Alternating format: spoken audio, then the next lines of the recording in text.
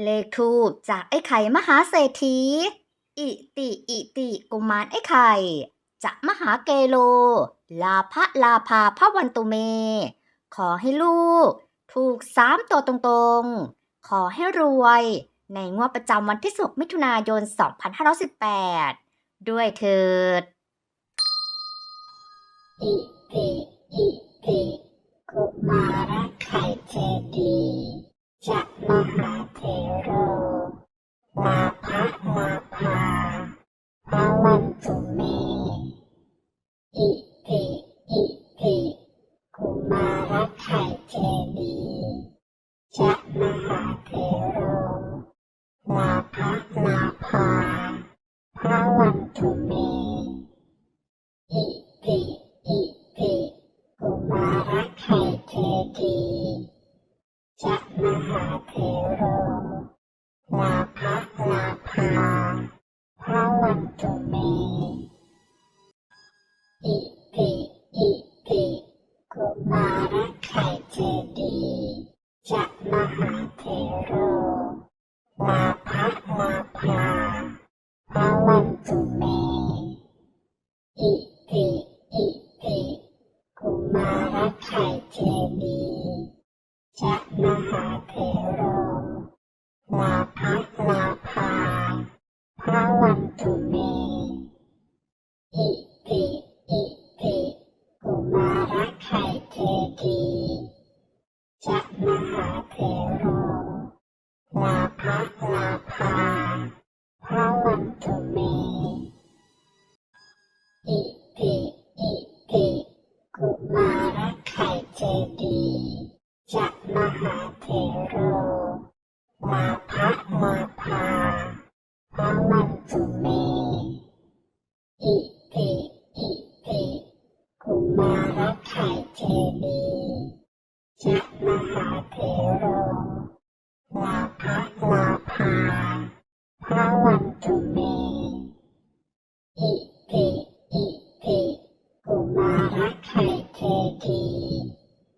จะมหาเถโรลาภลาภาพวันตุเมอิติอิติกุมารไข่เจดีย์จะมหาเถโรลาภลาภาพวันตุเมอิติอิติกุมารไข่เจดีย์จะมหาเถโรลาภลาภาพวันตุเมอิติอิติกุมารไข่เจดีย์จะมหาเถโรลาภลาภาพวันตุเม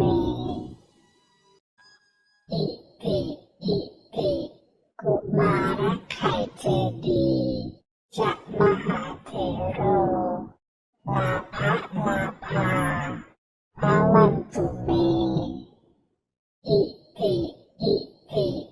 กุมารไข่เจดีย์จะมหาเถโรลาภลาภาพวันตุเมอิติอิติกุมารไข่เจดีย์จะมหาเถโรลาภลาภาพวันตุเมอิติอิติกุมารไข่เจดีย์จะมหาเถโรลาภลาภาพวันตุเมอิติอิติกุมารไข่เจดีย์จะมหาเถโรลาภลาภาพวันตุเม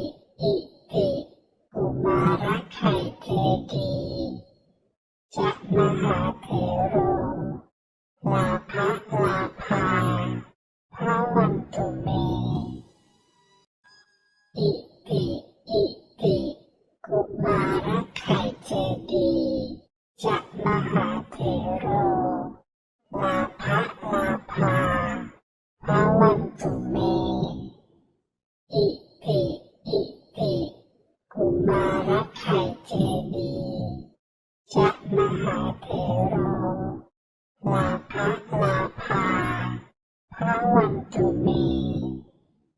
อิติอิติกุมารไข่เจดีย์จะมหาเถโรลาภลาภาพระวันตุเมอิติอิติกุมารไข่เจดีย์จะมหาเถโรลาภลาภาพระวันตุเมอิติอิติกุมารไข่เจดีย์จะมหาเถโรลาภลาภาพระวันตุเมอิติอิติกุมารไข่เจดีย์จะมหาเถโรลาภลาภาพระวันตุเมอิติอิติกุมารไข่เจดีย์จะมหาเถโรลาภลาภาพระวันตุเมอิติอิติ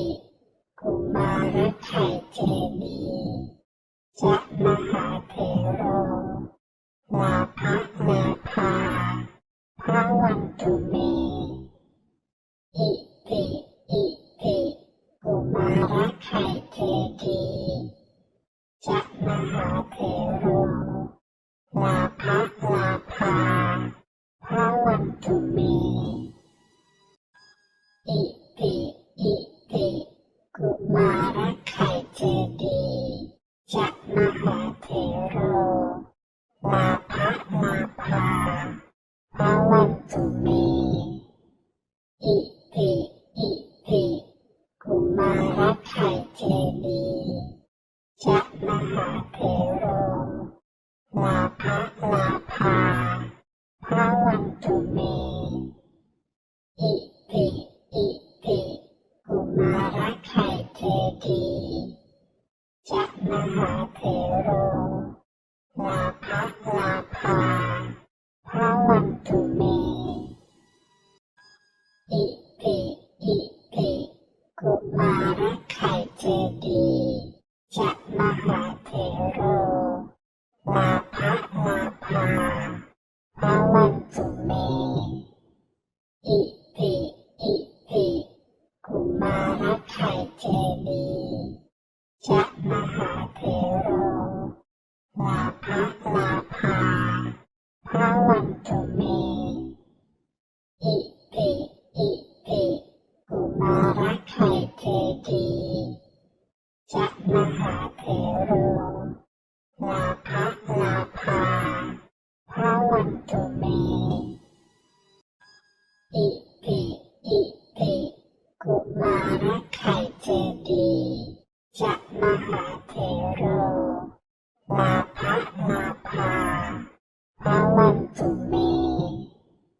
อิติอิติกุมารไข่เจดีย์จะมหาเถโรลาภลาภาพระวันตุเมอิติอิติกุมารไข่เจดีย์จะมหาเถโรลาภลาภาพระวันตุเมอิติอิติกุมารไข่เจดีย์จะมหาเถโรลาภลาภาพระวันตุเมอิติอิติกุมารไข่เจดีย์จะมหาเถโรลาภลาภาพระวันตุเมอิติอิติกุมารไข่เจดีย์จะมหาเถโรลาภลาภาพระวันตุเมอิติอิติกุมารไข่เจดีย์จะมหาเถโรลาภลาภาพระวันตุเมอิติอิติกุมาร ข่เจดีย์จะมหาเถโรลาภลาภาพระวันตุเมอิติอิติกุมารไข่เจดีย์จะมหาเถโรลาภลาภาพระวันตุเมอิติอิติกุมารไข่เจดีย์จะมหาเถโรลาภลาภาพระวันตุเมอิติอิติกุมารไข่เจดีย์จะมหาเถโรลาภลาภา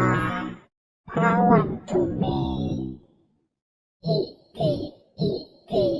กุมารไข่เจดีย์จะมหาเถโรลาภลาภาพระวันตุเมอิติอิติกุมารไข่เจดีย์จะมหาเถโรลาภลาภาพระวันตุเมอิติอิติกุมารไข่เจดีย์จะมหาเถโรลาภลาภาพระวันตุเมอิติอิติกุมารไข่เจดีย์จะมหาเถโรลาภลาภาพระวันตุเมเลขทูปจากไอ้ไข่มหาเศรษฐีเลข3ตัวตรงๆในงวดประจำวันที่10มิถุนายนคือ998ขอเลข2ตัวเด่นๆไม่ว่าจะเป็นเด่นบนเด่นล่างได้99 98และ89สามารถนำตัวเลขชุดนี้ไปลองเสี่ยงโชคกันดูได้เลยนะคะแต่ขอเน้นย้ำว่าเป็นเพียงแนวทางในการเสี่ยงโชคเท่านั้นดวงชะตาโชคลาภวาสนาของแต่ละคนไม่เหมือนกันโปรดใช้วิจารณญาณในการซื้อ